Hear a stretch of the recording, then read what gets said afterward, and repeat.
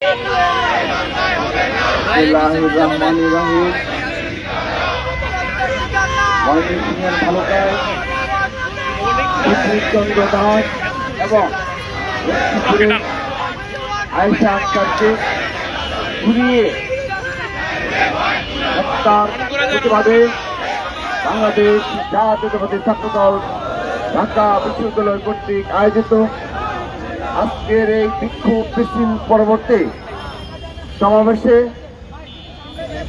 সভাপতিত্ব করছেন বাংলাদেশ জাতীয় ছাত্রদল ঢাকা বিশ্ববিদ্যালয়ের বিপ্লবী সভাপতি, আন্দোলন সংগ্রামে পরীক্ষিত নেতৃত্ব গণেশ চন্দ্র রায় সাহস এবং সঞ্চালনা করছেন ঢাকা বিশ্ববিদ্যালয়ের সংগ্রামী সাধারণ সম্পাদক নাহিদুজ্জামান শিপন সহ উপস্থিত ছাত্রদল কেন্দ্রীয় সংসদের বিপ্লবী যুগ্ম সাধারণ সম্পাদক ইব্রাহিম গাজী, শাকিল রাজু, রিপন সহ কেন্দ্রীয় সংসদের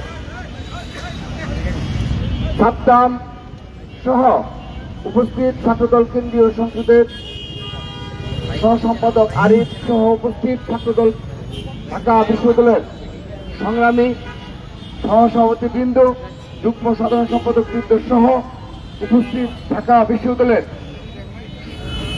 সকল হল পর্যায়ের নেতৃবৃন্দ এবং উপস্থিত অপরাপর ছাত্রদলের নেতৃবৃন্দ সবাইকে আমি আমার ব্যক্তিগত পক্ষ থেকে এবং ছাত্রদল কেন্দ্রীয় পক্ষ থেকে আজকের এই বিক্ষোভ মিছিল পরবর্তী সমাবেশে উপস্থিত থাকার জন্য ধন্যবাদ জানাচ্ছি।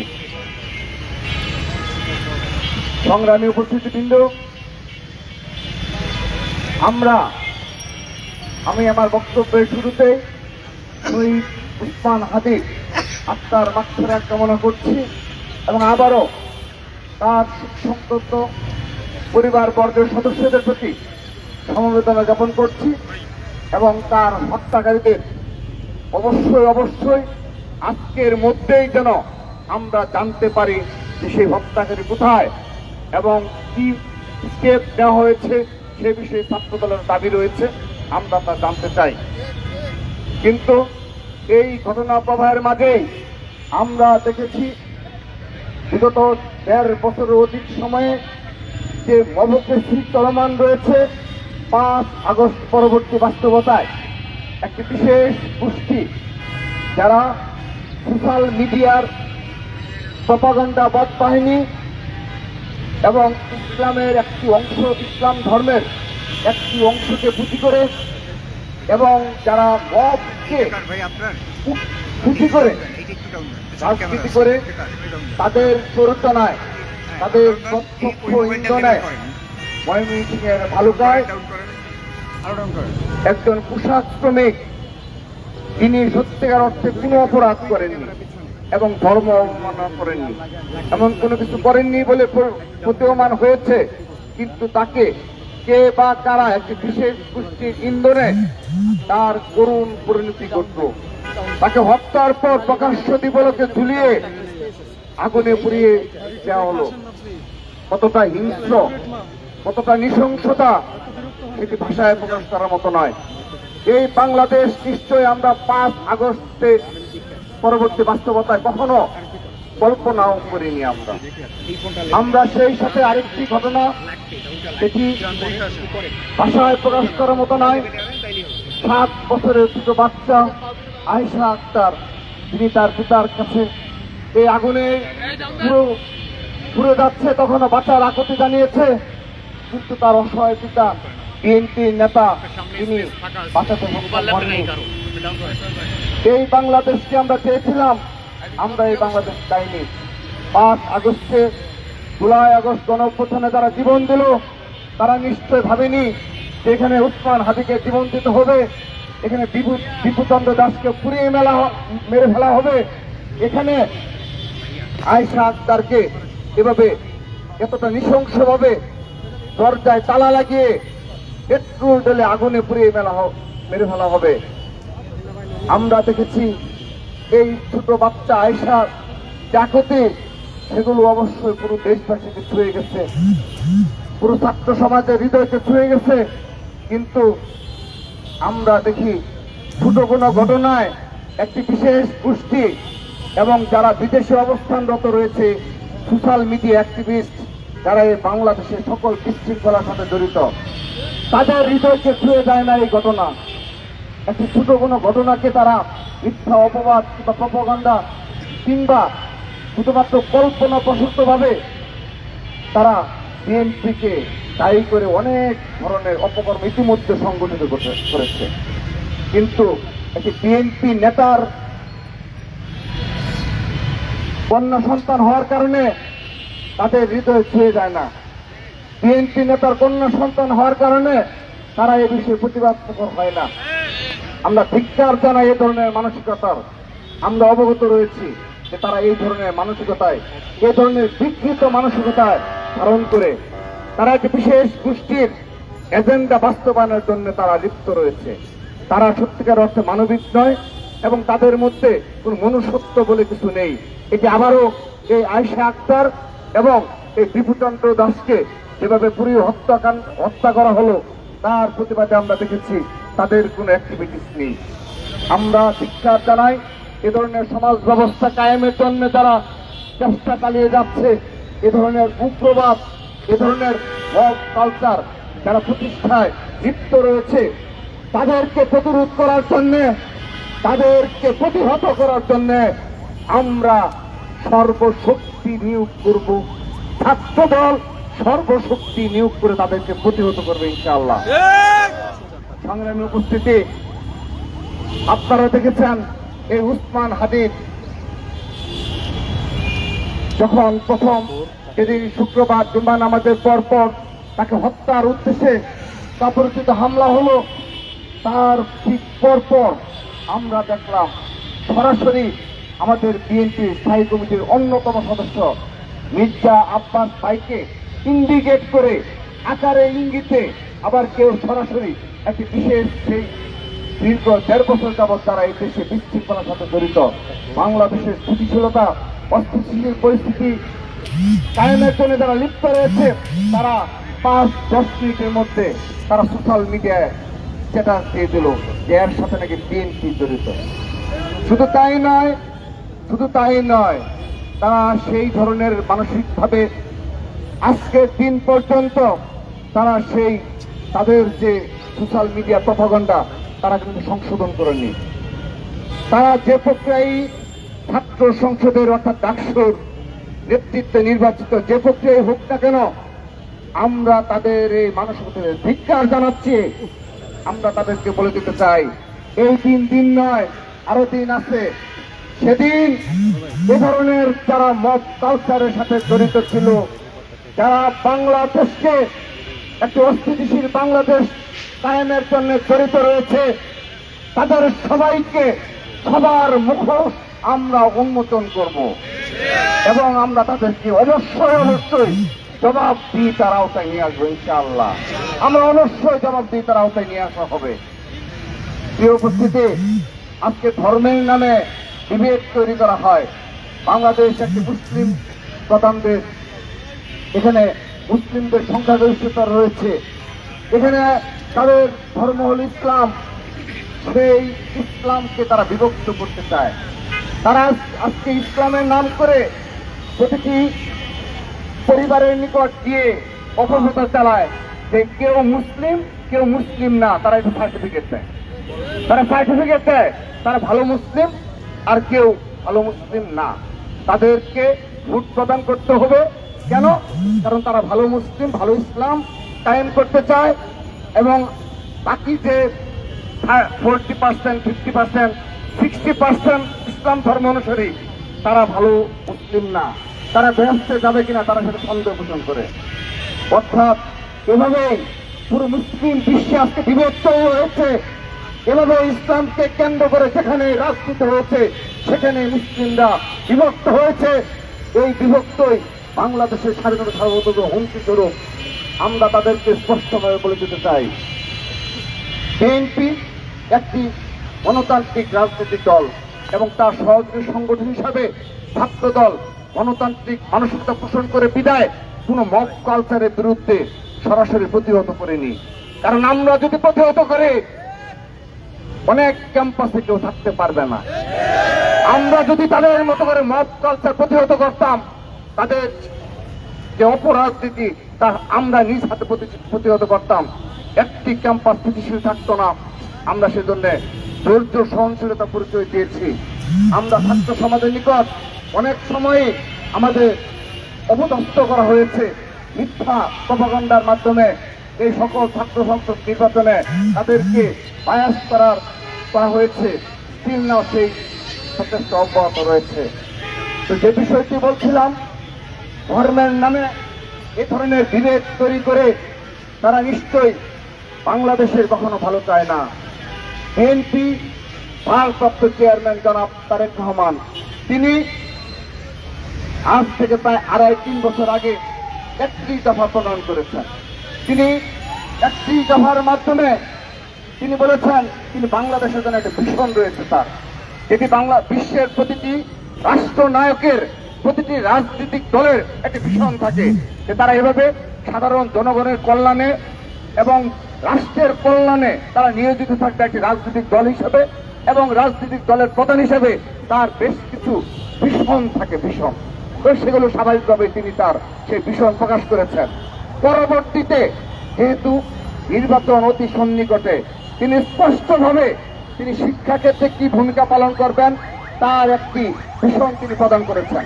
এগুলো সাধারণ ছাত্র সমাজ এবং দেশের জনগণ বিবেচনা করবে যে তিনি এগুলো বাস্তবায়ন করতে পারবেন কিনা, বাজেটের সাথে সাংঘর্ষিক কিনা, তারা বুদ্ধিজীবীর অ্যানালাইসিস করে তার ভুল করে দিবে, তিনি তার সংশোধন করবেন। ঠিক একইভাবে সকল সেক্টরে কৃষক, শ্রমিক সহ অপর যে শ্রেণীর পেশার যারা রয়েছে, সকল সেক্টরের, বিশেষ করে নারীরা, তাদের সবগুলো সেক্টরে তিনি তার ভীষণ উপস্থাপন করেছেন। কিন্তু আরেকটি রাজনৈতিক দল রয়েছে যারা আজকের দিন পর্যন্ত তাদের কোনো ভীষণ নেই, তাদের একটি মাত্র ভীষণ ইসলামের মাধ্যমে মুসলিমদের মাঝে বিভক্তি তৈরি করা। আর তাদের কোনো ভীষণ নেই। তারা বলে না নারীদের জন্য তাদের ভীষণ কি, এই 18 কোটি 20 কোটি জনগণের জন্য কিভাবে সুশাসন কায়েম করবে, কিভাবে তাদের ভাগ্যের উন্নয়ন করবে। যারা নিম্ন আয়ের জনগণ রয়েছে, সাধারণ জনগণ রয়েছে, তাদের জন্য তাদের ভীষণ কি, এবং সে তাদের স্পষ্টভাবে আজ অবধি বলতে পারে না। এ ধরনের বিভক্তিমূলক রাজনীতি খুনি হাসিনা যেভাবে এই রাষ্ট্রকে বাংলাদেশের স্বাধীনতার সার্বভৌমত্ব ধ্বংসের ধারপ্রান্তে নিয়ে গিয়েছিল, আজ ঠিক একইভাবে এ ধরনের উগ্রবাদ প্রতিষ্ঠার মাধ্যমে আবারও আমরা মনে করছি এই বাংলাদেশের স্বাধীনতা সার্বভৌমত্ব হুমকি স্বরূপ কার্যকলাপে লিপ্ত রয়েছে। আমরা তাদেরকে আহ্বান জানাচ্ছি, আপনারা অপরাজনীতিতে ফিরে আসুন, আপনারা আপনাদের রাজনৈতিক দল হিসাবে প্রকাশ করুন। সেই সাথে আরেকটি বিষয় বলছি, আপনারা এই চলমান সময়ে উসমান হাদি যখন মৃত্যুর সাথে পাঞ্জা লড়ছে, যখন আমরা কায়মনোবাকে দোয়া করছি, আমরা প্রতিবাদ জানাচ্ছি, ঠিক সেই সময় খোলা পানিতে একটি বিশেষ গোষ্ঠী মাছ শিকারের প্রচেষ্টায় লিপ্ত ছিল। তারা বিচার চায়নি। তারা, আমি স্পষ্টভাবে বলছি, এই ডাকসুর কিছু নেতৃবৃন্দ, এই রাকসুর কিছু নেতৃবৃন্দ, এমনকি দেখা গেল যে জাহাঙ্গীরনগর বিশ্ববিদ্যালয়ের ছাত্র শিবিরের নেতৃবৃন্দ, চট্টগ্রাম বিশ্ববিদ্যালয়ের ছাত্র শিবিরের নেতৃবৃন্দ, তারা প্রতিটি দিন এক এক জন প্ল্যান ওয়াইজ তারা প্রপাগান্ডা ছড়িয়েছে। সর্বশেষ গতকাল উসমান হাদির, শহীদ উসমান হাদির কবর নিয়ে তারা এখানে প্রপাগান্ডা চালালো। এদের কি ধরনের বিচার হওয়া উচিত, এগুলো ইনশাআল্লাহ বাংলাদেশে একদিন হবে ইনশাআল্লাহ। আপনারা দেখেছেন বিদেশে কয়েকজন তাদের গুরু রয়েছে, এই বিশেষ ধর্মান্ধ গোষ্ঠীর কয়েকজন গুরু বিদেশে বসবাস করে, তাদের প্ররোচনায় প্রথম আলো এবং ডেইলি স্টারে মব ক্রিয়েট করা হয়েছে। বাংলাদেশের বিভিন্ন জেলায় হামলা চালানো হয়েছে। তো আমরা জেনেছিলাম উসমান হাদির এই জানাজা নামাজকে কেন্দ্র করে একটি বিশেষ গোষ্ঠী একটা ছক কষেছিল, কিন্তু তার 2 দিন যাবৎ সাধারণ জনগণের মনোভাব বুঝে, ছাত্র সমাজের মনোভাব বুঝে তাদের সেই ষড়যন্ত্র বেঁচতে গেছে। তারা সেই দুঃসাহস করেনি, তারা সেই প্রপাগান্ডা অব্যাহত প্রপাগান্ডা এবং এর মাধ্যমেও তারা সফল হয়নি। আমরা তাদেরকে জানাই, তাদের পরিণত কখনো সুখকর হবে না, তারাও বিচারের আওতায় অবশ্যই নিয়ে আসতে হবে। তাদেরকে শুধুমাত্র এই নেতা কর্তৃপক্ষ ব্যবস্থা নিয়েছে তাতেই হবে না, যারা বাংলাদেশের স্থিতিশীলতা, বাংলাদেশের স্বাধীনতা সার্বভৌমত্বের জন্য হুমকি জরুর, তাদের সবাইকে বিচারের আওতায় নিয়ে আসতে হবে। এই উপস্থিতি, যে কথাটি বলছিলাম, যে ছাত্র সংসদের মাধ্যমে যে প্রক্রিয়ায় তারা নির্বাচিত হয়ে থাকুক না কেন, এই ছাত্র সংসদের নির্বাচিত প্রতিনিধিরা তারা যেভাবে সরাসরি সোশ্যাল মিডিয়ায় মব ক্রিয়েটের সাথে জড়িত রইল, মিথ্যাচার প্রপাগান্ডার মাধ্যমে প্রকাশ্যে তারা যে ধরনের অপকর্মে লিপ্ত রয়েছে, আমি প্রশ্ন রাখতে চাই, তাহলে তারা এই একটি বিশেষ ছাত্র সংগঠন যারা প্রকাশ্য ভাবে সরাসরি মবের সাথে জড়িত, তাহলে তারা পেছনে গিয়ে তাদের কর্মীদের কি ধরনের নোংরা প্রপাগান্ডার সাথে ট্রেনিং দেওয়ায়, আমি ছাত্র সমাজকে সেই বিষয়টি ভেবে দেখার জন্য অনুরোধ জানাচ্ছি। আমাদের কোনো গুপ্ত রাজনীতি নেই, ছাত্র দলের কোনো গুপ্ত রাজনীতি নেই। তাদের গুপ্ত রাজনীতি রয়েছে, তারা প্রকাশ্যে মব কালচারের সাথে জড়িত, তারা প্রকাশ্যে বিভক্তিমূলক প্রপাগান্ডা মিথ্যাচারের রাজনীতির সাথে জড়িত, এবং উসমান হাদি এই হত্যাকাণ্ডকে কেন্দ্র করে তারা প্রতিটি ক্যাম্পাসে তার প্রমাণ দিয়েছে। আমি প্রশ্ন রাখতে চাই, তাহলে তারা পেছনে গিয়ে যখন গুপ্ত রাজনীতির সাথে লিপ্ত থাকে, কতটা নোংরা, কতটা ভয়ঙ্কর রাজনীতির সাথে তারা জড়িত, এদের মুখোশ ধীরে ধীরে উন্মোচিত হচ্ছে। আমি একটি কথা বলে আমি আমার বক্তব্য শেষ করছি। একটি সময় ছিল 5 আগস্টের পরপরই আমাদের বলা হয়েছিল 0% কন্ট্রিবিউশন, 100% সেলিব্রেশন। 142 জন নেতা কর্মী সমর্থক যে ছাত্র সংগঠনের শহীদ হয়েছে, সেই মুনাফেকরা আমাদেরকে বলেছিল 0% কন্ট্রিবিউশন। কিন্তু যত সময় অতিবাহিত হয়েছে ততই তাদের সেই মিথ্যাচার, সেই মুখোশ উন্মোচন হয়েছে। এরপর আর কখনো তারা এই ধরনের ওয়ার্ড উচ্চারণ দুঃসাহস দেখায়নি।